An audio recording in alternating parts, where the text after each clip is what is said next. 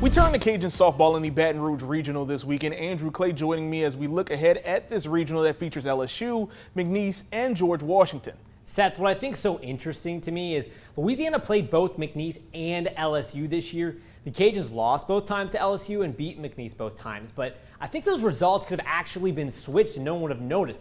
On one hand, I think head-to-head results mean a lot. On the other hand, they're kind of completely meaningless at this point, aren't they? Yeah, I mean, Sierra Bryan spoke to it a little bit when she talked to the media on Sunday in saying that the game has this funny saying of, you have to pretty much forget results. I mean, what happened 2 months ago, what does it really apply as far as today is concerned? And, of course, this regional is going to be really tough because McNeese is a 4 seed. Many years they would be a 3 seed. LSU is a team that has played a gauntlet of a schedule. And then George Washington, they did nothing but win their conference, even though they are the team that we know the least about.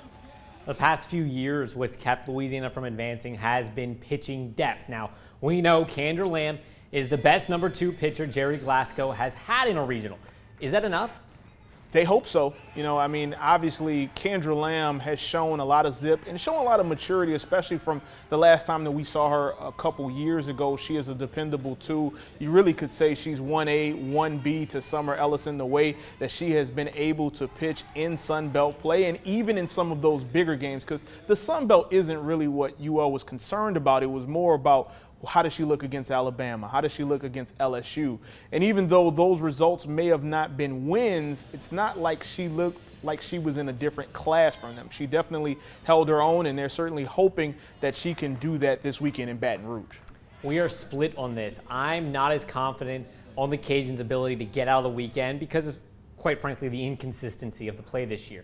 You feel really good, though, about their chances. Make your case. Well, for me, it's that they've played better down the stretch. If you erase the game that they lost, Game 3 to ULM, it was senior night. There was a lot of emotions. But outside of that, they really have been rolling. I mean, you look at the Sun Belt Tournament, they outscored teams 36-9. In the championship game, they won 15-3. And, maybe you could just say, well, the Sun Belt is weak. They're supposed to do that. Well, the Sun Belt got 4 teams into the tournament. And so that just speaks to their strength this year. So you're talking about 1 through 9 through this lineup have been really hitting well so far. And Summer Ellison is her freshest. She didn't look her best at the beginning of the year, but now she's playing even better. And, Kendra Lamb, that X factor, is also playing well. So that would be my case for them having a chance in winning this regional. In many ways, Sierra Bryan has been the absolute catalyst of this offense. And the Cajuns have kind of gone as she is gone. But I think to advance out of the weekend, we need to see 2019 Summer Ellison. Who do you think needs to be the MVP this weekend? Summer Ellison would be nice. She would be toward the top of that list. But I think I'm going to have a cop-out answer for you because I think it needs to be the bottom of the lineup. I mean, Caitlin Alderink, Sierra Bryan, you expect for them to handle their business at the top of the lineup. But once you start talking, it has to be somebody like a Bailey, Sophie Piscos, a Bailey Curry, a Kendall Talley. Like one of those are going to have a Jay Gutierrez, who she could be anywhere in the lineup. She could be at 3 or she could be at 8. Those girls, because that's the big threat that they pose, that they have threats throughout their lineup, 1 through 9, that they can throw a Jenna Keene in there and she can get a job done or she can steal a base. Like, it's going to be someone in that lower part of the lineup that has to step up for the Cajuns to win.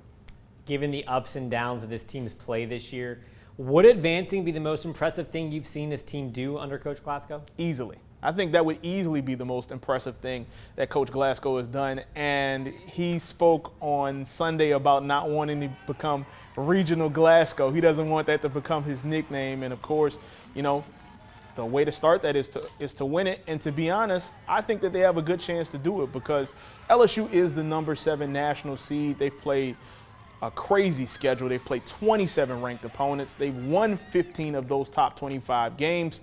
But they still don't seem exactly like they've been in the past when they've had pitchers like Allie Wall-Jasper and other All-Americans in their lineup. I'm not saying that they're not good, but I think that they can be beat, and I think that UL would be the recipe for that.